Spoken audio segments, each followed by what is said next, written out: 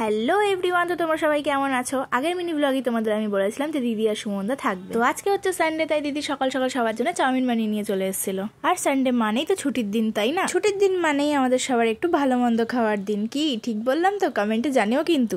আজকে আমাদের বাড়িতে সত্যি ভালো মন্দ রান্না বান্না হচ্ছে। কেন জানো? কারণ সামনেই বনিদির বিয়ে, খুব শিগগিরই কিন্তু বনিদির বিয়েটা হতে চলেছে। আর তাই আজকে মা বনিদিকে আইবুড়ো ভাত খাওয়াতে চলেছে। বনিদির বিয়ে হচ্ছে 20 ফেব্রুয়ারিতে। অ্যান্ড বনিদির বিয়েতে মেহেন্দি থেকে রিসেপশন অবধি যা যা হবে তোমাদের সাথে আমি অবশ্যই শেয়ার করব। দিদি এখন মাকে বললো বনিদির জন্য মাংস রান্নাটা ওই করবে। তাই আর দেরি করে লাভ কি, ওর কাজে কিন্তু লেগে গেছে। দিদি তো এদিকে মাংস রান্না করছে, মা কিন্তু বাদ বাকিটা গ্যাসেই রান্না করছে। আর আমি এর মাঝখানে চান করতে চলে গেছিলাম বলে তোমাদেরকে আর মায়ের রান্নাগুলো দেখানো হলো। বেলা অনেকটাই হয়ে গেছিল, আর এদিকে কিন্তু বনিদিও রেডি হয়ে চলে এসেছিল। যাই হোক, এদিকে কিন্তু মায়ের সবকিছু সাজানো হয়ে গেছে। নর্মালি সাজিয়েছিল, তাও কেমন হয়েছে তোমরা কিন্তু অবশ্যই কমেন্টে জানিও। মা বনিদিকে আইবুড়ো ভাতের জন্য শাড়িটা দিয়েছিল, সেই শাড়িটাই শ্রেয়সী বৌদি বনিদিকে একটু পরিয়ে দিচ্ছিল। আর তারপরে আইবুড়ো ভাতের কিছু রিচুয়াল শুরু হলো। মা আর দিদি মিলে বনিদিকে একটুখানি মালা আর ঘুমসিটা পরিয়ে দিচ্ছিল। তারপরে শুরু হলো আশীর্বাদ। একে একে মা, বাবা, দিদা সবাই মিলে আশীর্বাদ করে নিল বনিদিকে।